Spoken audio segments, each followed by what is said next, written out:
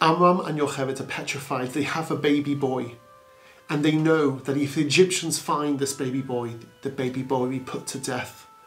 So they take the baby and they put the baby in a basket. And they put the basket into the River Nile. And the baby goes off. And who finds the baby boy? None other than the Pharaoh's daughter herself, Batya. Batya sees the baby boy, realizes it's a Jew, feels sorry for the baby, and says, I'm going to adopt this baby and bring up the baby as my own child. And she calls the baby Moshe, Moses. And you say the rest really is history. Became the leader of the Jewish people. Do you actually know that Moshe has 10 other names? Yered, Cheva, Yekusiel, Avigdor, Avisocha, Avizoach, Tuvia, Shemaiah, HaSofer, and Nesanel. And yet, what do we call the leader of the Jewish people? Moshe. We call the leader of the Jewish people the name given to him by Batya, Pharaoh's daughter. Why? Because of the kindness that she did for Moses. And out of gratitude, we will call our leader always Moshe, Moses, because that's the name that she gave the leader. I want to tell you a true story.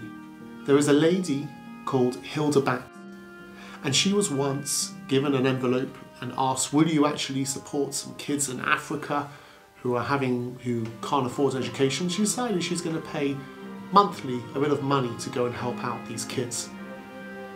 There was one child who benefited from this, and his name was Chris. And after getting an education which he otherwise would not be able to afford, that gave him the ability to go to secondary school.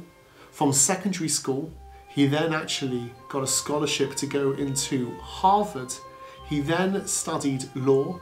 He then became an international peacekeeper. And he decided he wanted to help back at home the other people in Nairobi who didn't have an education that he did. So he decided that he wants to be able to give back to his community in Nairobi. And he created a scholarship where the top students would be able to actually get a free education so that they could also leave the lines of poverty. And he wanted to give a name to this program. You know what he called this name? He called the name of the program the Hilda Bax Trust. He searched everywhere for this woman. He never met her before. He sent emails, letters everywhere trying to find out who is this woman. He finally found the lady Hilda Back. And they brought Hilda back to Nairobi. And she had no idea about any of this. She gave once a month, she gave a bit of money. She never thought about it. Next thing she knows, she's invited as a Queen of Honor to this inauguration of this whole system, this whole trust, the Hilda Bax Trust. And she's seeing kids everywhere thanking her for being able to save them. When all she did was she gave a little money once a month.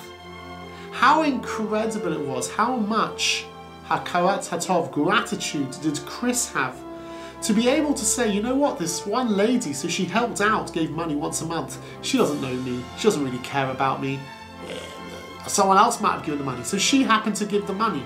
I got to secondary school on my own right. I got into university through my own right. I was the one who actually went to Harvard through my own brains, so she held me up on the way.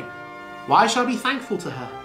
But he had such gratitude, he realised that none of this would have started if it wasn't for her originally, who would have actually paid that small amount once a month. And that is why it's called the Hilda Bax Trust. We can learn such an important lesson of gratitude here. A giver is someone who is grateful for what other people do for them. Be great, be a giver, and be thankful. Shabbat Shalom.